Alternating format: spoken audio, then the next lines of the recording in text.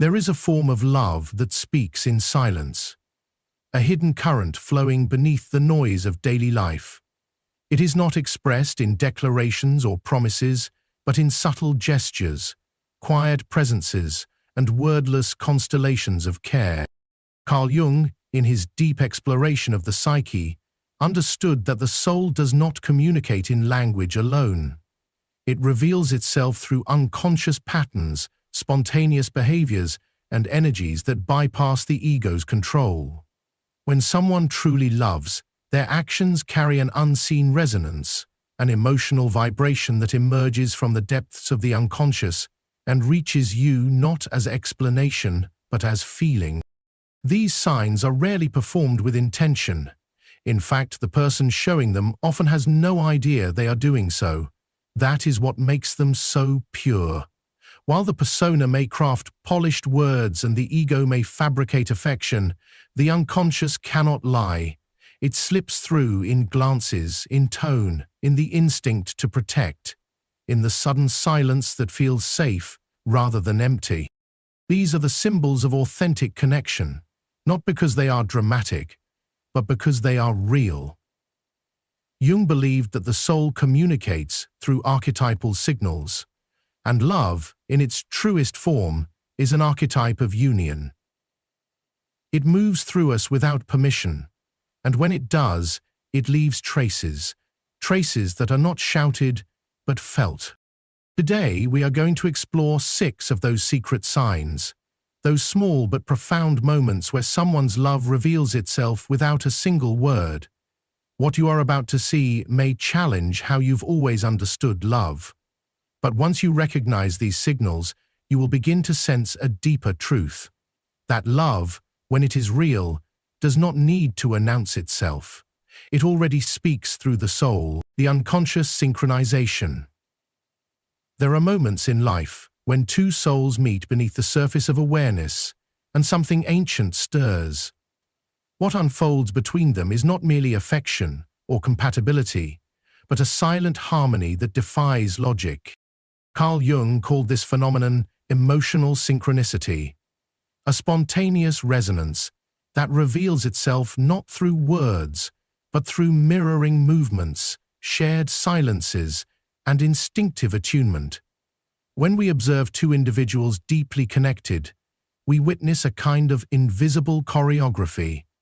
Their breathing gently falls into rhythm.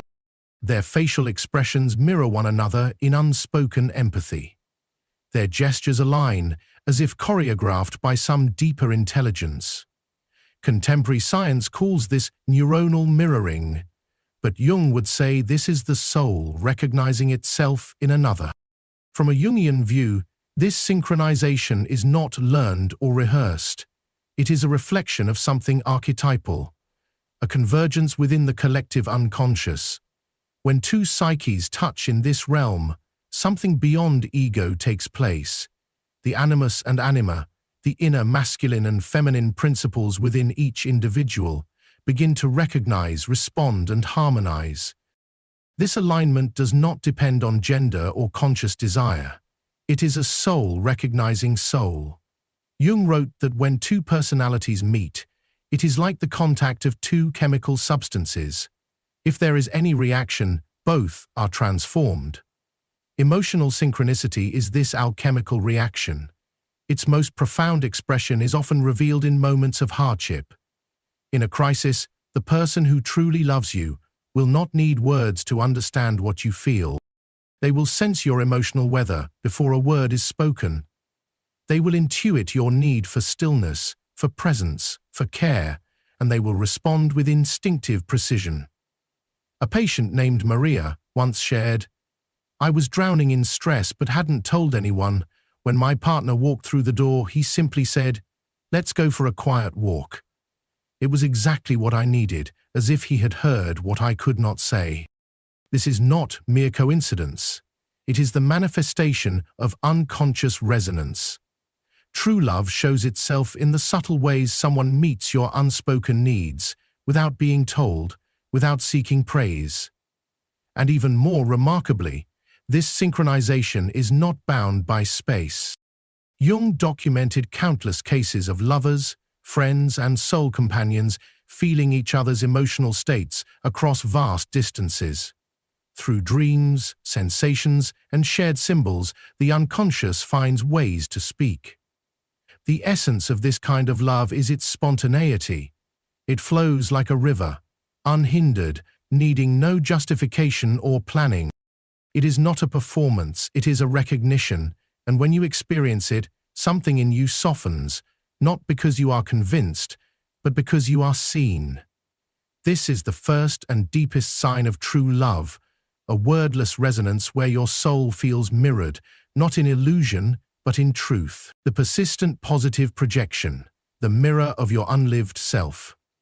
The second profound sign of true love emerges through a subtle but transformative psychological dynamic that Jung called persistent positive projection. The capacity of one soul to see and hold the highest potential in another, even when that person has forgotten it themselves. In classical Jungian theory, projections are often discussed in the context of shadow material, the disowned and unconscious aspects of the self that we unconsciously assign to others, typically in the form of criticism or idealization. But Jung also observed a rarer, more luminous projection, one that occurs in the presence of authentic love. It is the ability to see, not just who someone is, but who they are becoming. It is the sacred gaze that peers through the fog of fear, failure, and self-doubt, and perceives the archetype of wholeness resting quietly within. Jung once wrote in a letter, "Love is the capacity to see what is invisible in the other." This kind of vision is not based on fantasy. It is not blind infatuation. It is the soul's recognition of another soul's buried potential. And what makes this projection truly sacred is its persistence. It does not vanish when you fall, nor falter when you reveal your brokenness. It remains steadfast, even in your darkest season. This kind of love does not simply admire who you are in your moments of strength. It reveres the essence of who you are in your moments of collapse.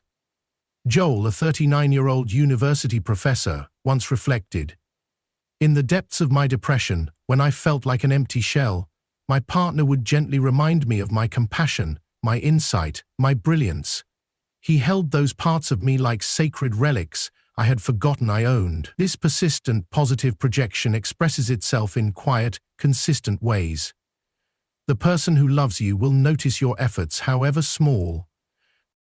They will encourage your dreams, even those you speak of only once in passing. They will remind you of your truth, not with pressure, but with presence. Their affirmation is not performative, it is rooted in knowing. Perhaps most powerfully, they see possibilities in you that have not yet surfaced. This is not a denial of your flaws or fragility. On the contrary, they hold both your shadow and your light in equal reverence. They do not shrink from your darkness. They simply refuse to let it define you. This is what separates persistent positive projection from idealization. It is not the projection of perfection. It is the recognition of potential, deeply anchored in acceptance. In many spiritual traditions, this is described as seeing the divine spark in another. Rumi spoke to this when he said, "What you seek is seeking you." When someone constantly sees the sacred in you, even when you forget it yourself, it creates an alchemical force. You begin, slowly, to grow into that image. You rise toward it, not through pressure or pretense, but through the invitation to become more of who you truly are. Ask yourself gently, who in your life sees your essence, not just your achievements? Who reflects back to you the version of yourself that you are still in the process of becoming? That, Jung would say, is a mirror worth looking into. The total presence, the silent gift that reveals the soul's devotion. In a world saturated with distraction and fragmented attention, there exists a sacred act so rare that its presence becomes a revelation.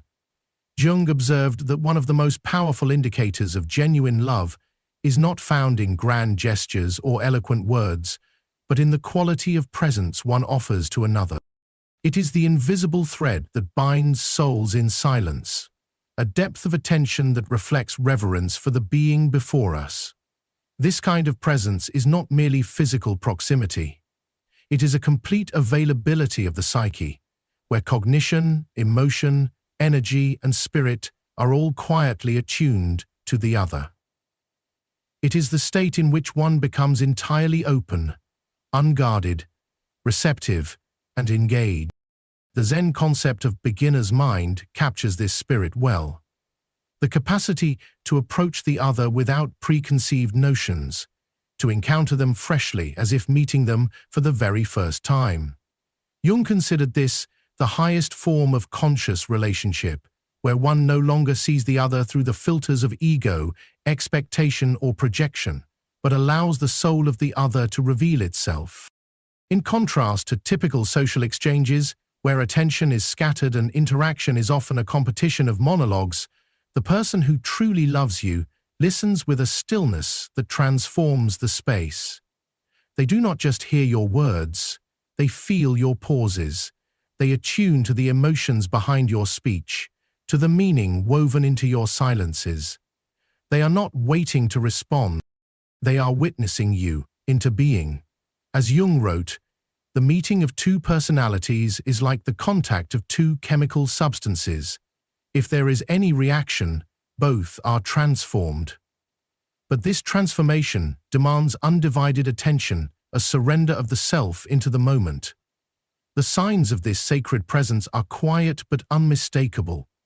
Sustained eye contact that is neither invasive nor withdrawn.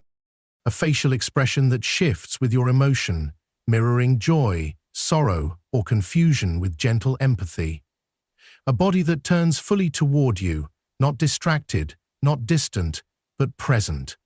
A silence that holds space rather than fills it. Questions that emerge not from obligation, but from genuine curiosity about your inner life. Anna, a 35-year-old writer, shared, "I realized I was in love when I noticed how fully seen I felt in our conversations. It was as if the world fell away, and we were suspended in a moment of shared awareness. In that gaze, I didn't need to explain myself, it simply was." This kind of attention is rare because it requires an act of courage. The courage to temporarily set aside one's own concerns, narratives, and defenses to make room for another.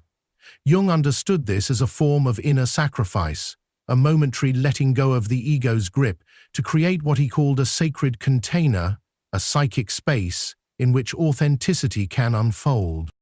The Buddhist tradition calls this compassionate presence, an awareness that neither judges nor analyzes, but simply allows. And perhaps the most striking aspect of this sign is its consistency. It does not only appear during candlelit conversations or emotional climaxes. It arises just as easily in the mundane, in grocery store lines, morning coffee, or shared silence in the car. For the one who loves you, each moment together holds weight. Each moment is meaningful. This presence is not simply a symptom of love. It is the soil in which love takes root and grows deeper. As Jung noted, attention is the rarest and purest form of generosity. And yet, it prompts an essential question for every soul seeker. How does this kind of presence hold up in the face of conflict, misunderstanding, and difference? The answer may lie not in perfection, but in the ability to remain present, even when it would be easier to withdraw. That is where love ceases to be ideal and becomes real. The integrative conflict. How true love transforms differences. One of the most paradoxical and revealing signs of true love is not found in moments of harmony, but in the crucible of disagreement. Not in the avoidance of conflict, but in the subtle way it is approached, held, and ultimately alchemized. Carl Jung observed that when love is authentic and psychologically mature, conflict ceases to be a threat. It becomes a bridge. He described this as the dialectic of love, where opposing truths do not destroy connection, but deepen it through the dance of mutual reflection. In the landscape of most relationships, conflict is feared, managed, or suppressed. But from a Jungian lens, true love does not seek to eliminate tension. It honors it as the birthplace of psychological integration. Just as friction creates the heat necessary for transformation, differences between two individuals generate the psychic energy required for individuation within the container of the relationship. In this way, love becomes not an escape from contradiction, but a sacred vessel that holds it. This dynamic reveals itself in subtle yet profound behaviors during disagreement. A person who truly loves you remains anchored in their own truth, while staying open to yours. They do not collapse into compliance, nor attack with defensiveness. Their body remains oriented toward you. Their voice softens, not with weakness but with presence. They take pauses, not to strategize, but to reflect. Most poignantly, they allow themselves to be vulnerable in the very moment where ego usually takes over. It is not the content of the argument that matters most, but the quality of contact preserved within it. As Pedro, a couples therapist of 20 years, shared, the most deeply connected couples are not those who fight less, but those who emerge from conflict with a deeper sense of having been seen. Jung identified this as the creative tension of opposites. In such conflicts, both partners hold their individual perspectives like sacred flames, not to extinguish the other, but to illuminate new insight. The goal is not agreement, but understanding. This reflects a universal pattern found in Taoist thought, where yin and yang are not enemies, but complementary forces, co-creating balance. Similarly, Zen teaches that non-duality is the path to wholeness, the capacity to hold seeming contradictions in the same breath. The clearest sign that love is present in conflict is what happens afterward. Does the person turn away, or do they return to emotional connection with grace? Do they weaponize the past, or do they carry forward the understanding earned? True love leaves space for repair without resentment. The wound becomes a doorway, not a wall. This form of integrative conflict reveals something radical. Relationships rooted in love are not marked by the absence of disagreement. They often contain more honest and courageous conversations, not fewer. Because where there is safety, there is truth. And where there is truth, which leads to the next question, how does love behave when we are no longer defending, performing, or explaining, but standing exposed in our rawest human need? The answer lies in the way someone responds when you are most vulnerable. The response to vulnerability, the definitive test of genuine love. There is a sacred moment that reveals the truth of love more clearly than any declaration or promise.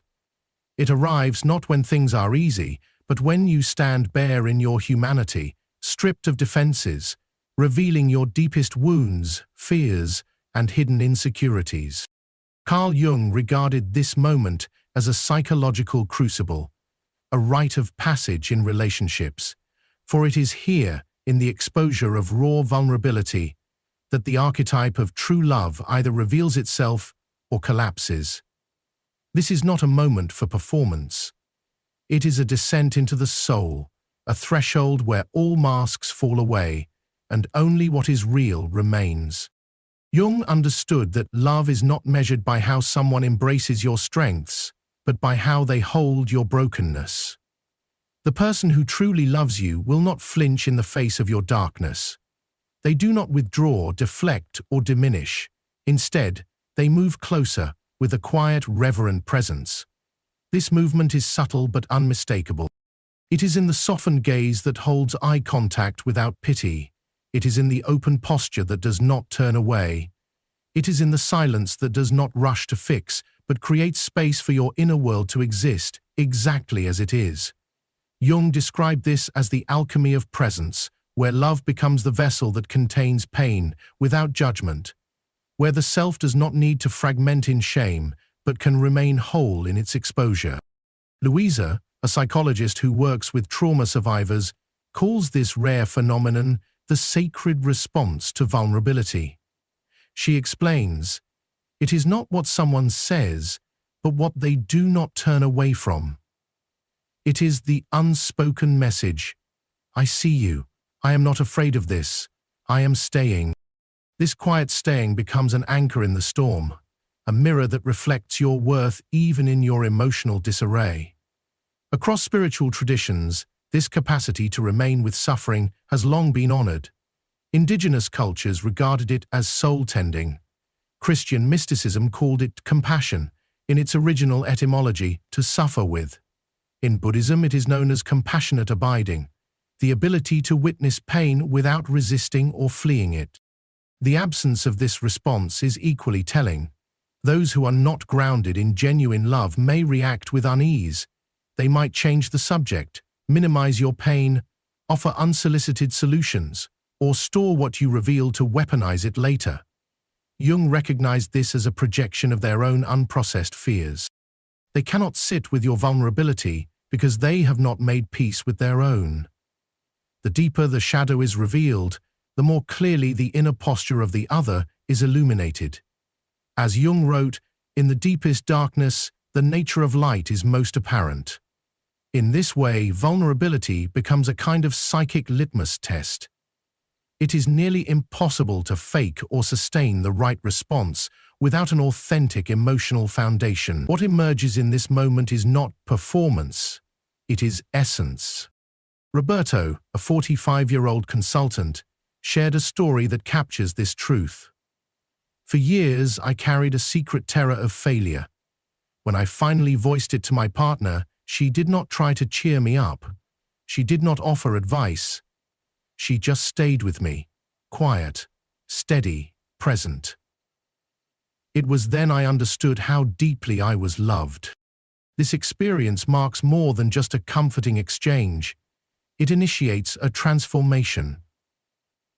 When someone responds to your deepest pain with presence instead of resistance, your nervous system begins to settle, your psyche begins to open, and trust is born, not from words, but from felt safety. And so it is that through shared vulnerability, a relationship is initiated into a deeper octave of intimacy, one where both souls begin to breathe more freely, where what was once hidden becomes honored, where love becomes not an ideal, but a lived sanctuary. This sacred response to vulnerability is not simply a sign of love, it is its most profound expression, and it leads naturally to the final and most surprising sign of all.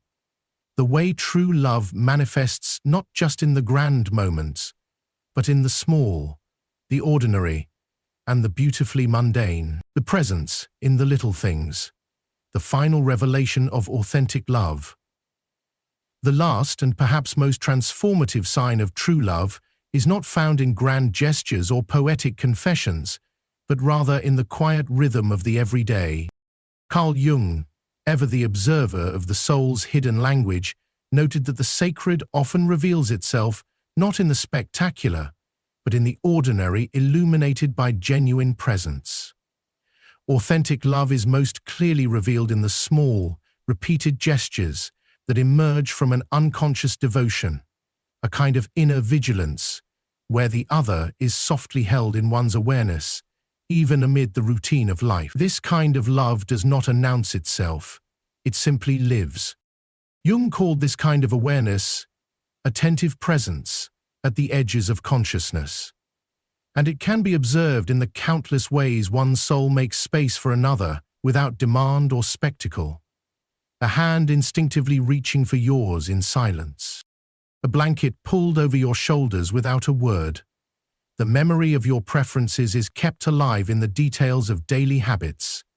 This love does not perform, it remembers. It notices when your eyes dim before your voice says you are tired. It quietly shifts so you feel understood without having to explain. Carlos, a 52-year-old physician, recalled, "I did not truly understand how deeply my wife loved me, until I realized she had been giving me the last bite of every dessert for years. She never mentioned it, it was never a display, it was just her way of giving without needing to be seen." This kind of loving presence cannot be feigned. It cannot be maintained as a strategy or tactic. It arises only when the well-being of the beloved has become woven into one's own, when care has become instinct and love has become the atmosphere of being. Spiritual traditions across the globe have echoed this truth. In Zen, it is known as mindfulness in the mundane. In Christian mysticism, it is the sacrament of the present moment. These traditions affirm that the divine is not only found in temples or cathedrals, but in how we wash a dish, hand a cup of tea, or greet someone without distraction. Jung, too, believed that the self is not fully realized in isolation, but in how it meets and holds the other in ordinary moments of presence. He wrote, "The greatest tree grows from a tiny seed. The deepest bond is born in the smallest gesture." Anna Maria, a therapist with 3 decades of experience, remarked, "The surest sign of lasting love is not the grand romantic gesture, but the small and constant presence of attention." Over time, these micro acts of love become the sturdy fabric that holds a relationship through storms. And there is a kind of silent reciprocity in true love. The one who is seen with such devotion begins, almost unconsciously, to offer the same presence in return. This mutual attunement creates a virtuous cycle, a wordless echo of love that grows stronger with each repetition. Across every culture studied, anthropologists have found this same thread. What binds people together long after passion has cooled or compatibility has been tested is this: the invisible yet profound power of loving attention in the ordinary, the small acts that are never recorded in photographs or written in journals, but which quietly become the foundation of something sacred and enduring. This final sign reminds us of something essential.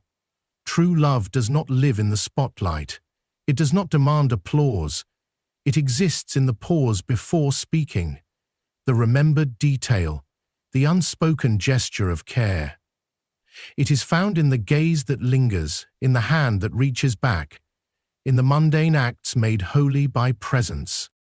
And so, if you find yourself the recipient or the giver of such love, know this: you have encountered something rare, something real.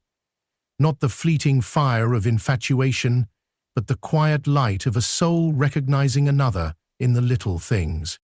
If these reflections stirred something in your heart, share your experience in the comments with the phrase, "seeing beyond words."